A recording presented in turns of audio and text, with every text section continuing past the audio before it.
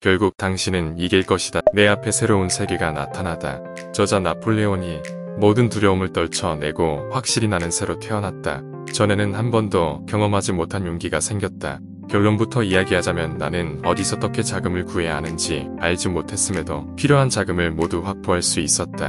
돈이 마련될 거라고 굳게 믿었더니 이미 내 손 안에 들어온 돈이 보였다. 그렇게 확고한 신념을 느껴본 것은 처음이었다. 말로는 설명할 수 없는 기분이었다.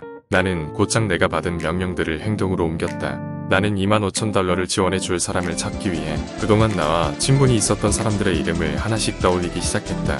헨리 포드라는 이름이 맨 처음 떠오르더니 총 300명이 넘는 사람들이 떠올랐다. 나의 또 다른 자아는 똑똑히 이렇게 말했다. 계속 찾아라. 새벽이 오기 전이 가장 어두운 법이다. 그러나 나는 한계에 다다랐다. 명단은 바닥났다.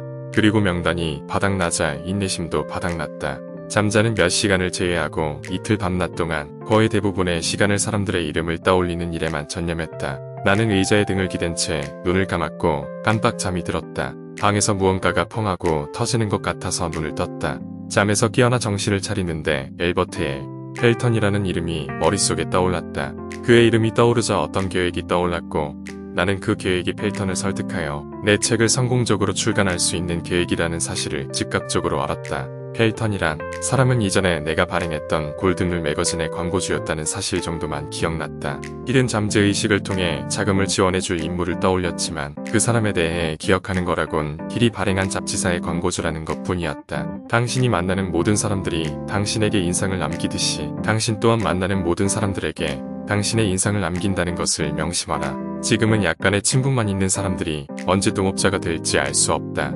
당신의 인맥에는 위대한 힘이 존재한다. 나는 즉시 호텔 측에 타자기를 갖다 달라고 요청했고 코네티컷주 메리든에 사는 펠턴 앞으로 편지를 한 통 보냈다. 편지에는 그 계획이 마치 다른 사람에게서 나에게로 넘어온 것처럼 설명했다. 펠턴은 곧바로 전보로 답장을 보내었는데 다음날 나를 만나러 필라델피아로 오겠다는 내용이었다.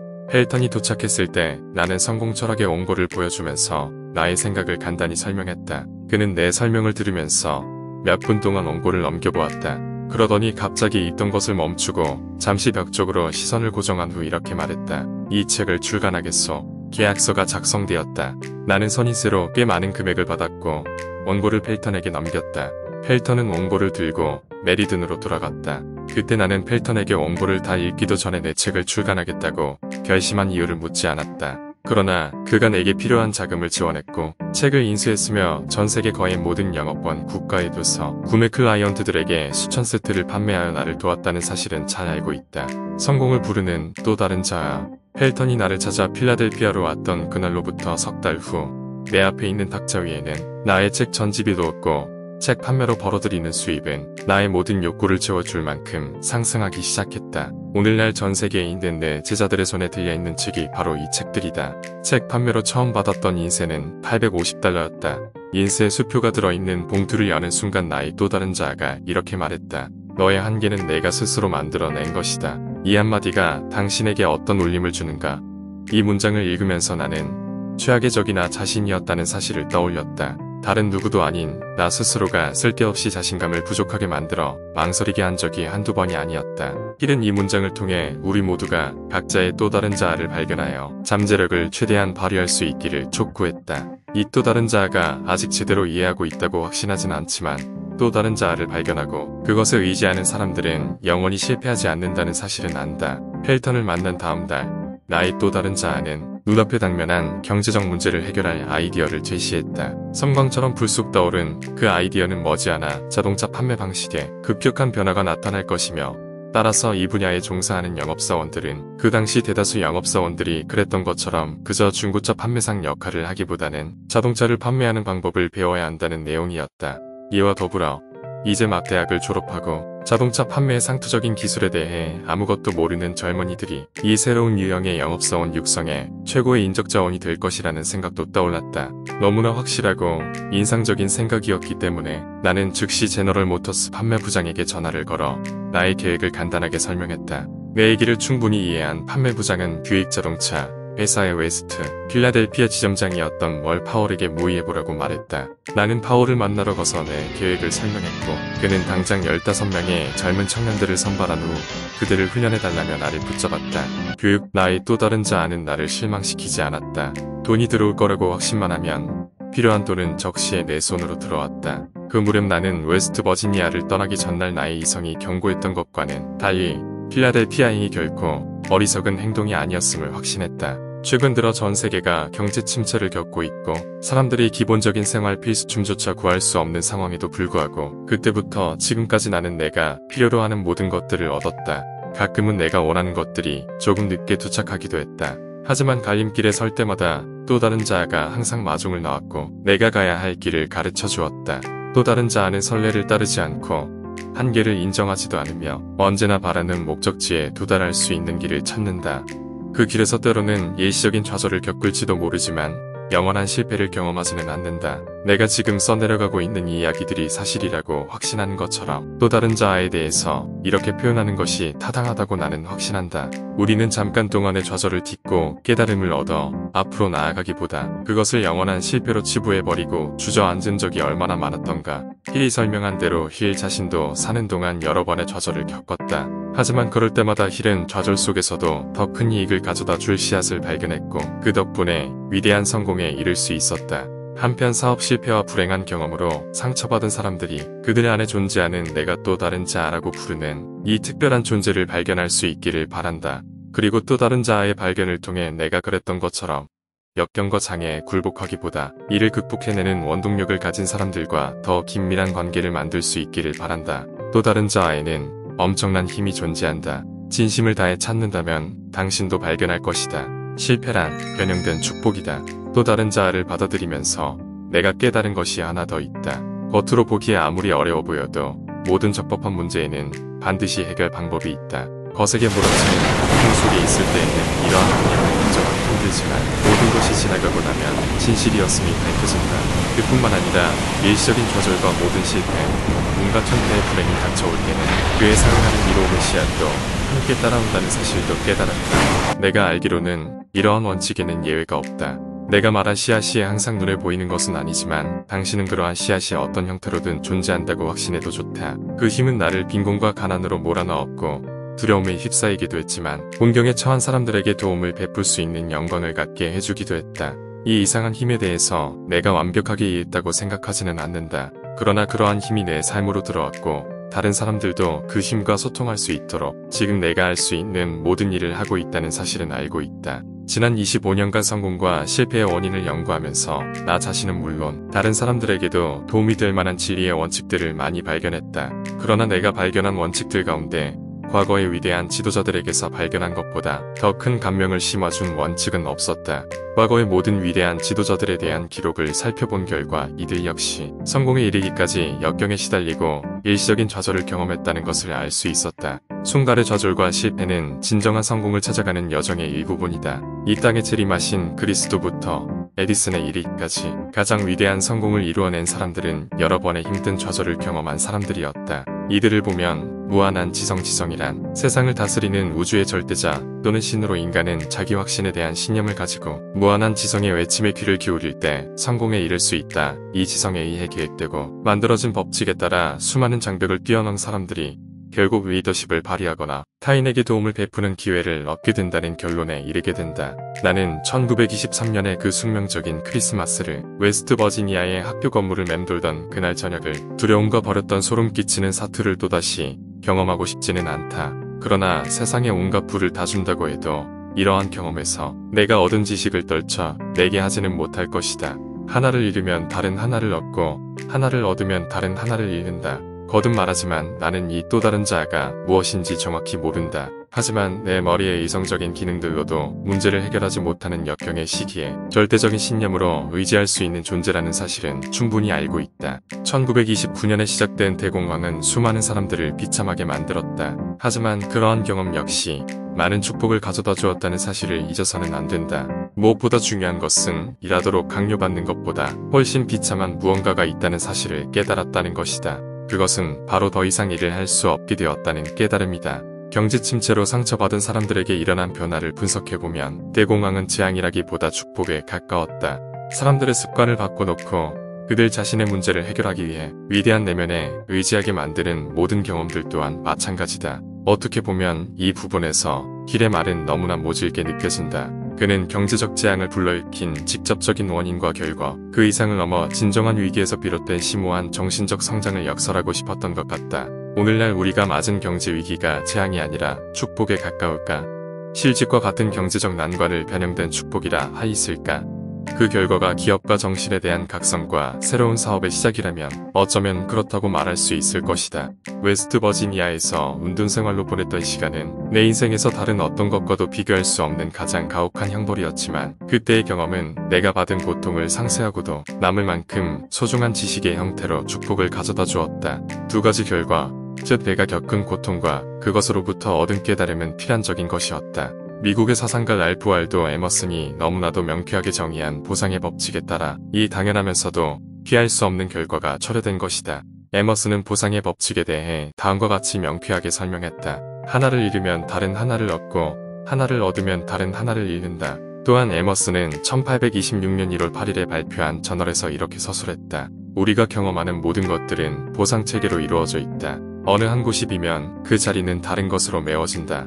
앞으로 내가 또다시 일시적인 좌절을 겪고 실망의 길로 빠져드는 건 아닐지, 미래에 어떤 일들이 일어날지 나 역시 알 길이 없다. 하지만 미래에 무엇을 경험하더라도 과거에 겪었던 고통만큼 나에게 깊은 상처를 남기지는 못할 것이다. 지금의 나는 적어도 나의 또 다른 자아와 소통하고 있기 때문이다. 이 또 다른 자아가 나를 지배하면서부터 오래된 두려움이 나를 장악했다면 결코 깨닫지 못했을 거라고 확신하는 어떤 유용한 지식을 얻었다. 내가 깨달은 바는 이렇다. 도저히 감내할 수 없을 것처럼 보이는 역경에 직면한 사람들이 그것을 가장 효과적으로 극복하는 방법은 당분간 자신의 역경을 잊고 더 큰 문제로 힘들어하는 다른 사람들을 돕는 것이다. 목적에 집중하라. 나는 어떤 형태로든 충분한 보상이 없다면 우리가 괴로움에 처한 사람들에게 손길을 뻗는 노력을 하지 않을 것이라고 생각한다. 그런데 이 보상은 언제나 도움을 받은 사람들이 그에 대한 대가로만 주는 것이 아니라 여러 가지 다른 모습으로 돌아오기도 한다. 또 다른 자아와 계속해서 좋은 관계를 유지하는 한 나는 내가 원하는 모든 물질적인 것들을 획득할 수 있을 것이다. 그뿐만 아니라 마음의 평화와 행복을 발견할 수도 있을 것이다.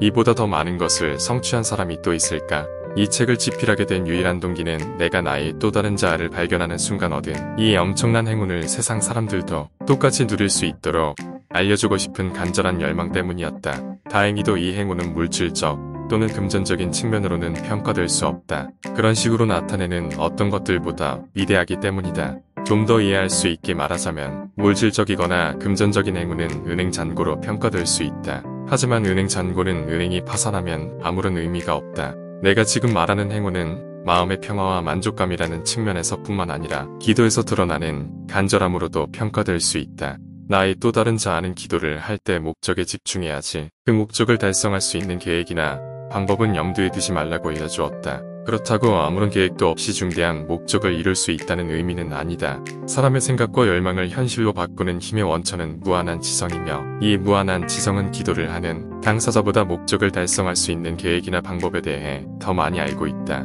이 문제를 다르게 표현해보자. 기도를 할 때 우주적 정신을 신뢰하고 당신이 기도하는 바를 이룰 수 있는 최선의 계획과 방법을 맡긴다면 현명하지 못한 것일까? 내 경험으로 봤을 때 설령 응답을 받지 못하더라도 기도의 결과로 얻는 모든 것들이 목표를 이룰 수 있는 계획이었고 기도의 목적을 달성할 수 있는 가장 적합한 계획은 자연의 법칙을 통한 것이었다. 계획은 자아의 의식적인 노력을 통해 반드시 우주적 정신에 맡겨야 한다. 믿음 없이 조금이라도 두려움이 깃든 마음을 갖고 있다면 아무리 간절히 기도하더라도 소기의 목적을 달성할 수 없을 것이다. 당신은 기도하는 삶을 살고 있는가? 당신은 신을 믿고 당신이 기도하는 바를 성취할 수 있는 최선의 계획과 방법을 맡기는가? 계획을 성공하기 위해서는 행동으로 옮겨야 한다는 사실을 인정하는가? 내가 가진 것들에 감사하라. 또 다른 자아를 더 잘 알게 되면서 나의 기도 방식은 예전과 달라졌다. 예전에는 역경에 처할 때만 기도를 했다. 그런데 지금은 힘든 시기가 올 것 같으면 역경이 덮치기 전에 먼저 기도한다. 이제는 더 이상 이 세상에 존재하는 물질과 더 많은 축복을 내려달라고 기도하지 않는다. 대신에 이미 내가 가진 것들의 가치에 감사하며 기도한다. 내가 가진 것들에 감사드리는 이러한 기도 방식을 처음 시도하면서 나는 그렇게도 많은 행운을 가지고 있었으면서도 그것에 대해 감사하지 않았음을 깨닫고 깜짝 놀랐다. 이를테면 나에게는 지금껏 한 번도 질병에 걸린 적 없는 건강한 신체가 있다. 나에게는 이성적인 판단을 내릴 수 있는 건강한 정신이 있다. 나에게는 수많은 사람들에게 유익한 도움을 베풀 수 있는 창조적 상상력이 있다. 나는 그토록 간절히 바랐던 육체와 정신의 온전한 자유를 받았다. 또한 나보다 불행한 사람들을 돕고 싶어하는 불멸의 열망이 있다. 사업이 불황이든 호황이든 나는 인류의 최대 목표인 행복이 이미 내 것이 되어 있다는 사실을 깨달았다. 마지막으로 위에서 언급한 것들과 마찬가지로 중요한 것이 있다. 나는 무한한 지성에 다가갈 수 있는 특권이 나에게 있음을 깨달았다. 이로 인해 이미 내가 가진 것들에 대해 감사함을 표현할 수 있었을 뿐만 아니라 더 많은 것을 묻고 안내를 구할 수 있었다. 이 책을 읽는 당신도 자신의 부영자산을 꼼꼼하게 목록으로 작성해보는 것이 도움이 될 것이다. 그 목록을 살펴보면 이미 자신이 보유한 것들, 돈으로 매길 수 없는 귀중한 가치를 발견할 수 있을 것이다. 우리 모두가 삶에 들이온 축복의 목록을 만들 수 있기를 바란다. 그리고 우리가 지닌 모든 재능에 감사할 수 있기를 바란다. 나는 인생에서 최악의 순간에 직면했을 때 가족과 친구들이 나에게 전한 축복을 떠올려야 한다는 것을 깨달았다. 바로 이것이 일시적인 좌절에서 벗어나 미래를 바라볼 수 있는 가장 빠른 길이다. 바람은 믿음으로, 믿음은 현실로. 전 세계가 거대한 변화를 겪고 있으며 그 결과 수많은 사람들이 걱정과 의심, 망설임, 두려움으로 공황 상태에 빠져 있다. 내가 보기에는 바로 지금이 갈림길에 서서 주저하는 사람들이 그들의 또 다른 자아를 만날 수 있는 최적의 시기라고 생각한다. 또 다른 자아를 만나길 바라는 사람들에게는 자연이 우리에게 주는 교훈을 받아들이는 것이 이로울 것이다. 가만히 관찰해보면 별은 매일 밤 늘 같은 자리에서 반짝인다. 태양은 변함없이 따뜻한 햇볕을 내보내고 그리하여 어머니의 품과 같은 대지는 풍부한 식량과 의복을 생산해낸다. 물은 늘 위에서 아래로 흐르며 하늘을 날아다니는 새와 숲속의 동물들은 꼭 필요한 만큼만 먹잇감을 구한다. 고단한 하루가 끝나면 평화로운 밤이 오고 바쁜 여름 뒤엔 조용한 겨울이 찾아온다. 1929년에 시작된 대공황 이전에도 그랬던 것처럼 계절은 언제나 이렇게 왔다가 지나간다. 따라서 실제로 평상시에 제 기능을 중단하는 것은 사람의 마음밖에 없다. 그 까닭은 우리 인간이 자신의 마음을 두려움으로 채워넣기 때문이다. 신념으로 두려움을 밀어내고픈 사람들에게는 일상생활에서 일어나는 이러한 단순한 사실을 관찰하는 것만으로도 다시 시작하는 기분을 느낄 수 있다. 나는 예언자가 아니다. 그러나 사람은 믿음에 대한 본질부터 바꿔야 물질적, 재정적 상황을 바꿀 수 있는 힘을 얻는다고 예언할 수는 있다. 믿음과 바람을 혼동하지 마라. 이 두 개의 단어는 다르다. 누구나 재정적, 물질적, 영적 우월에 대해 바랄 수는 있지만 신념이라는 유일한 초능력을 통할 때 비로소 이러한 바람은 믿음으로 그리고 믿음은 현실로 전환된다.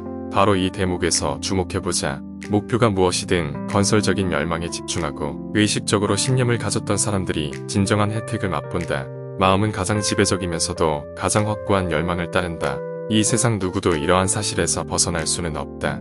내가 바라는 것에 집중하라. 그러면 그것은 분명 내 것이 될 것이다. 모든 위대한 성공은 신념에서 시작된다. 만일 에디슨이 전기 에너지를 동력원으로 이용하여 백열전등에 빛이 들어오는 원리를 알아내겠다는 바람을 포기했었다면 오늘날 세상 사람들에게 제공되는 이러한 문명이 이기는 자연의 여러 가지 비밀 중 한 가지로 남았을 것이다. 에디슨은 10,000번 이상의 좌절을 극복하고 나서야 자연으로부터 백열전등의 작동 원리를 깨달았다. 그가 성공할 수 있었던 이유는 스스로 원리를 밝힐 수 있을 거라는 믿음이 있었고 해답을 찾을 때까지 노력을 멈추지 않았기 때문이다. 에디슨은 물리학 영역에서 과거에는 기적이라고 불렸을지도 모를 자연의 비밀을 어느 누구보다도 많이 발견했다.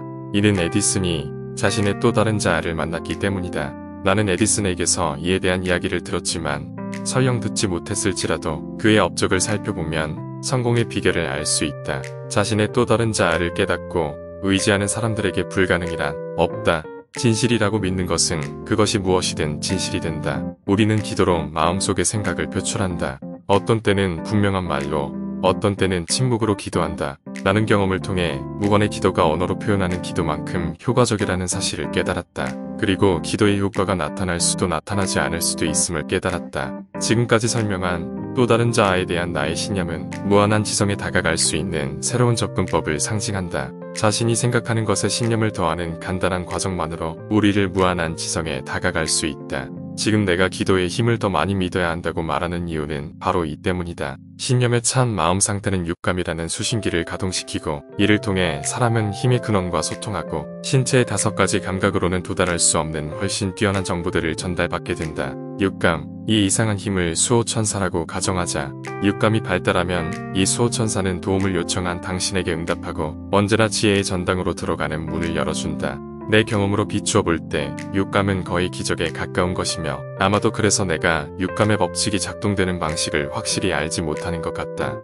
그러나 나는 어떤 힘이나 조물주 혹은 무한한 지성이 존재하며 그것이 모든 사물에 두루 스며들고 사람이 인식할 수 있는 모든 종류의 에너지를 받아들인다는 사실만큼은 알고 있다. 그리고 무한한 지성이 도토리를 참나무로 키우고 중력의 법칙에 따라 물을 위에서 아래로 흐르게 하며 낮과 밤 그리고 겨울과 여름이 찾아오게 만들고 모든 사물이 저마다 적합한 위치를 찾고 다른 사물과 관계를 맺도록 한다는 사실도 알고 있다. 무한한 지성은 인간의 뜨거운 열망을 구체적이고 실질적인 형태로 바꿀 수 있도록 도울 것이다. 내가 이러한 사실을 알게 된 것은 그러한 과정을 몸소 실험하고 체험해 보았기 때문이다. 수년 동안 나는 내가 만들기도 하고 없애기도 한 나의 약점이 얼마나 많은지 알아보기 위해 그리고 그 해의 진전된 사항을 확인하기 위해 1년에 한 번씩 나 자신을 정리하는 습관을 유지해왔다. 신념에 관한 부분은 기도에 대한 힐의 핵심적인 교훈이 들어있다. 힐의 관점에서 신념은 육감 또는 영적인 힘이며 사람이 이 영적인 힘을 이용하여 삼라만상의 제1원인 힐의 표현에 따르면 신이라는 대상에 다가설 경우 성공에 이를 수 있다. 힐이 주장하는 것은 가시적인 성과를 강조하는 실질적이고 과학적인 신념이다. 성공을 위한 가장 중요한 요소는 당신의 열정과 재능을 결합한 다음 적합한 협력자를 찾아 곧바로 행동으로 옮기는 것이다. 그러나 여기에 당신 자신과 목표에 대한 신념이 더해질 때 진정한 개인별 성공 공식이 완성된다.